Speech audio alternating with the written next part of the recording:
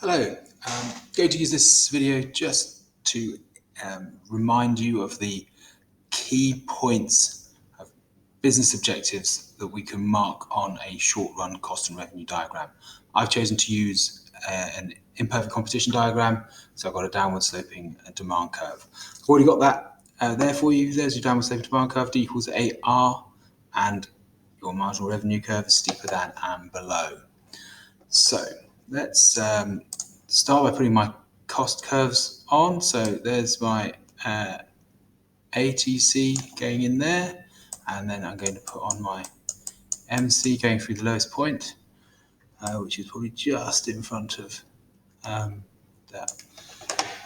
this point here, but there we go, it's fine, it doesn't matter for this particular diagram. So first and foremost, MC equals MR is the profit maximizing level of output. There's MC equals MR. The important thing to remember, of course, is that I don't want you to mark on this point here.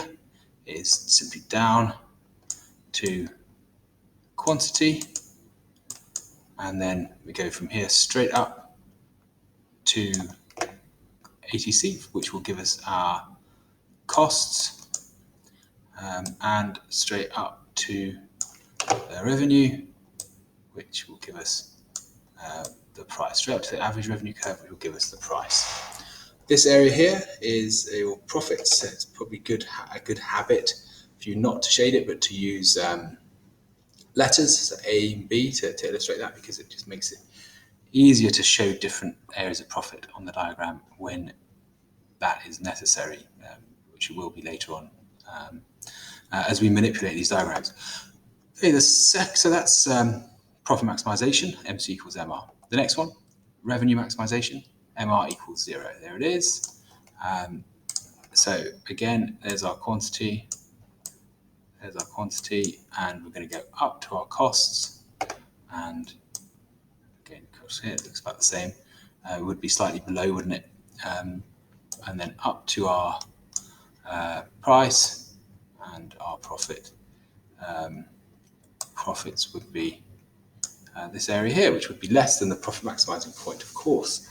Finally, on the diagram to mark on, we've got unit sales maximizing. So unit sales, we could sell this many if we charge price 0. We could charge even more if we had a negative price, gave money away as we gave away our stock. So in order not to do that, in order for that not to be an issue, we set a constraint. And the constraint is, how much can we sell? How many units can we sell whilst covering our costs, covering our economic costs, making normal profit?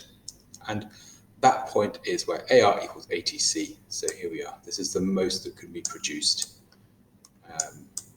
Let's call that Q3, shall we? The most that can be produced, the most that can be sold without making a loss. Okay, so that is those three, the three that you can mark on this diagram: profit maximization, revenue maximization, unit sales maximization. If we just take this back, so I've just got profit maximization on there, we can talk about this idea of satisficing. Satisficing is where a firm chooses not to profit maximize, but to make satisfactory profits. Usually we think of this perhaps as a small firm, a firm that is happy to make less profit than they could do.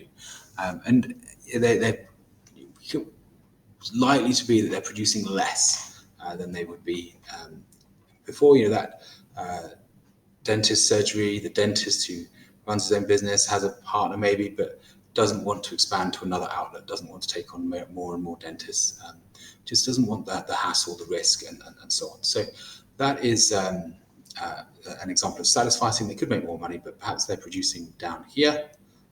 So you can show this on the diagram, and it is just any point other than this one to the left, to the lower down quantity. Another form of satisficing could be perhaps a large company where there's divorce of ownership and control, and the managers actually want to be bigger than the profit maximizing level of output. So they choose to produce even more.